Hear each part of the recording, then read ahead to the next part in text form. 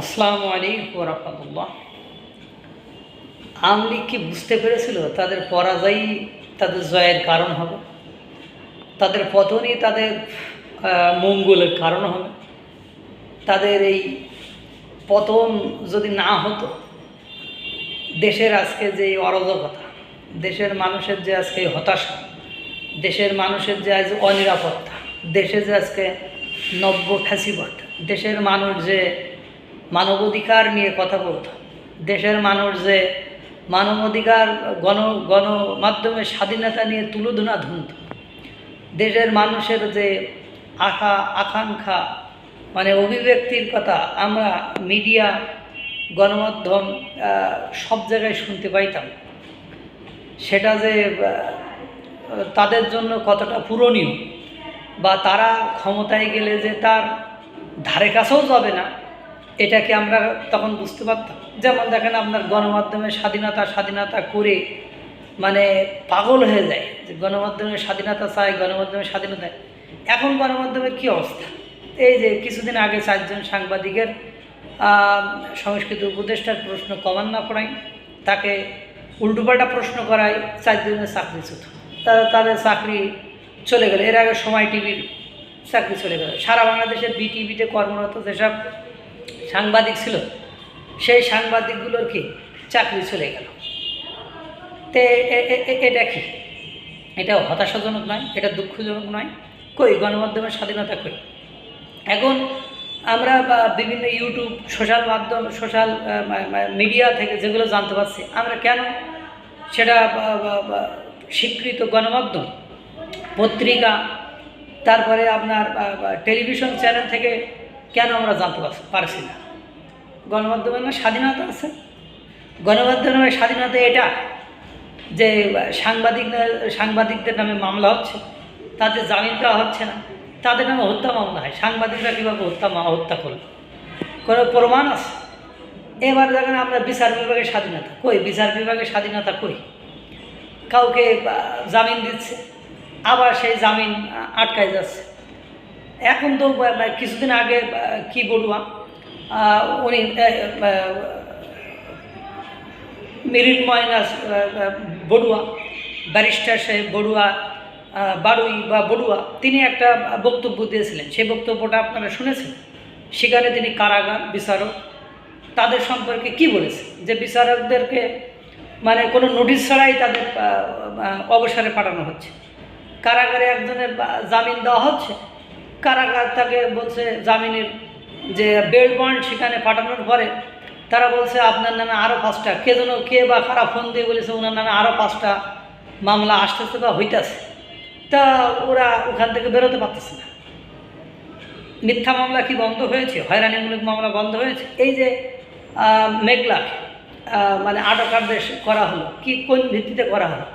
সেই যার জন্য বঙ্গবন্ধু শেখ মুজিবুর রহমানকে ফ্যাসিস্ট বলা হয়, সেই ফ্যাসিস্টের সেই আইন চালু করেই তো ডক্টর মোহাম্মদ ইউনূস সাহেব এর সরকার তাদেরকে আটকায় রাখলেন। কেন রাখলেন? এই যে দিকে দিকে গণপিটুনি, গণধুলায়, মব জাস্টিসের নামে মব ভায়োলেন্স, মব কিলিংস, ভাঙচুর, লুটপাট চলছে। কোন আইনের শাসন প্রতিষ্ঠা হলে সেই সব দেশে কি এটা চলে? এই যে বাংলাদেশের স্বাধীনতা, সার্বভৌমত্ব এখন হুমকির সম্মুখীন। বাংলাদেশের স্বাধীনতা, সার্বভৌমত্ব এখন কি হুমকির সম্মুখীন? বাংলাদেশ এখন আমাদের নামটাই শুধু আছে, এরকম একটা পরিস্থিতি সৃষ্টি হয়েছে। ওদিকে আমরা ভারতের তোপের মধ্যে আছি, ওদিকে চীন, ওদিকে মায়ানমার, এদিকে আরাকান, এদিকে আমেরিকা। সবাই মনে করেন আমাদের উপরে এখন ওই শকুনের মতো চোখ দিয়ে বসে আছে যে আমরা এখন পরিস্থিতি যা বুঝছি, বাংলাদেশ নামটাই রয়েছে, কিন্তু কি হল? এই যে আপনার আওয়ামী লীগের জয় বাংলা, জয় বঙ্গবন্ধু স্লোগান দিলেই তাকে গ্রেপ্তার করে নিয়ে যাচ্ছে। কেন? তার নামে কোনো মামলা নেই, কেউ কোনো কিছু নেই। আপনি মাঝে একজন এমপি, সিরাজগঞ্জের এমপি, তাকে জামিন দিয়েছে, আপনারা কী করলেন? জামিন দিয়েছে, জামিন দেওয়ার পরে গেট থেকে বাইরে হলো, বাইরে থেকে তাকে গণধোলাই দিয়ে আবার আপনারা কী করলেন? যে আবার থানায় বরাদ্দ করলেন। কোন আইনের আওতায় করলেন? কোন বিধানের আওতায় করলেন? এগুলো তো ফ্যাসিজম। ফ্যাসিজম তো এরকম না শেখ হাসিনা শুধু যে আচরণগুলো করেছে সেইগুলো ফ্যাসিজম, আর আমরা যেগুলো করছি সেগুলো ফ্যাসিজম নয়। দুর্নীতির কথা ধরেন, উপদেষ্টাদের যে উপদেষ্টা আসিফ মাহমুদ সজীব ভুঁইয়ার বিরুদ্ধে কোন দুর্নীতির অভিযোগ নেই? কোন দুর্নীতির অভিযোগ তার বিরুদ্ধে নেই? সে এখনো তো বহাল তবিয়ত আছে, তার বিরুদ্ধে কিন্তু কোনো আপনার তদন্ত করা শুরু করেছে? এই যে 2024 সালের বন্যার প্রকল্প নিয়ে কোটিটা 1909 সালে 1909 কোটি টাকার যে আপনার প্রকল্প, সেখানে পদে পদে দুর্নীতির অভিযোগ বা প্রমাণ মিলেছে, দুদক থেকে এটা বলা হয়েছে। তা আপনি বলেন, এই যে গণতন্ত্র বলে মুখে ফেনা তুললেন, জনগণ বলে মুখে ফেনা তুলতেছে। এই যে করিডোর নিয়ে উপদেষ্টা সরকার নীতিগতভাবে সিদ্ধান্ত নিয়েছে, আপনাদের সাথে আলাপ না করে, জনগণের সাথে আলাপ না করে, যে জনগণের কথা বলে সেই জনগণের কোন জনগণের সাথে আলাপ করেছে? সেই জনগণের সাথে আলাপ করে সিদ্ধান্ত নিয়েছে? নেই। এগুলো যদি নির্বাচিত সরকার করতো, আওয়ামী লীগ সরকার করতো, দেখতেন মাঠে ঘাটে ব্যানারে পোস্টারে কত জায়গায় কত কিছু হয়েছে। এই যে রোহিঙ্গা প্রত্যাবর্তনের বিষয়টা, তারা ফেরত যাবে বলে কত ঢাকঢোল পিটানো হলো, উল্টো ওই দেশ থেকে ফেরত আসতেছে। কেন আসছে? ওই দেশের আরও বাংলাদেশে অনুপ্রবেশ করছে। তাহলে এখন সব কিছু বিচার বিশ্লেষণ করে দেখা গেল আওয়ামী লীগের পরাজয়ে আওয়ামী লীগের জয় হয়েছে। কারণ এই সময় থাকলে যে সিচুয়েশনগুলো ক্রিয়েট হয়েছে, এই সিচুয়েশনগুলোর কারণে আওয়ামী লীগকে চরম মূল্য দিতে হতো। তা মাঝে মাঝে বলে না যে failure is the plan of success, ব্যর্থতা সফলতা চাবিকাঠি। যে বাংলাদেশ, যে আওয়ামী লীগালারা যে আচরণ করেছে, পরবর্তীতে যারা ক্ষমতায় আসবে তারা যে সেই আচরণ থেকে বেরোতে পারবে না, বা তারাও যে সেই সম আচরণের বা সেই কোয়ালিটি সেই ধরনের সেই ধাঁচের হবে, সেটা জনগণ এখন বুঝে গেছে। এই জন্য গণ অভ্যুত্থানের সময় যারা আন্দোলনে রিক্সাওয়ালা, ভ্যানওয়ালা, মুসিওয়ালা, মুসিমাতর, কাওড়া, শ্যাবলা, সিনাল, বেশ্যা সবাই মাঠে নেমেছে। এখন আর কেউ নামতেছে।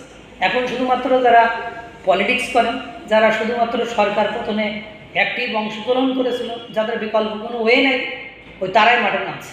এই জন্য আওয়ামী লীগে তো এখন ঢোল বাজাচ্ছে।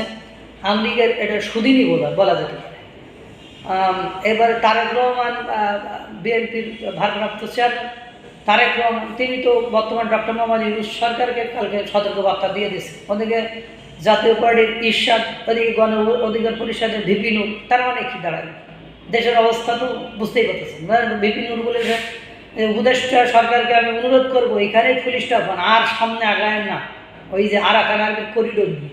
তা বোঝেন তাহলে মানে এটা কত বিপজ্জনক। যারা পলিটিক্স করে তারা বুঝতে পারতেছে এটা বিপজ্জনক, কিন্তু যারা শুধুমাত্র নিজেদের ফায়দা, নিজেদের সুবিধা, মানে নিজেদের ভোগ বিলাসিতার কথা ভাবছে, যাদের এই বাংলাদেশ নিয়ে কোনো কনসার্ন নেই, যারা বাংলাদেশ নিয়ে ভাবে না, যারা বাংলাদেশকে হারিয়ে যাওয়া ভাই মনে করে, তাদের কিন্তু এই বিষয়টা নিয়ে কোনো মাথা ব্যথা নেই।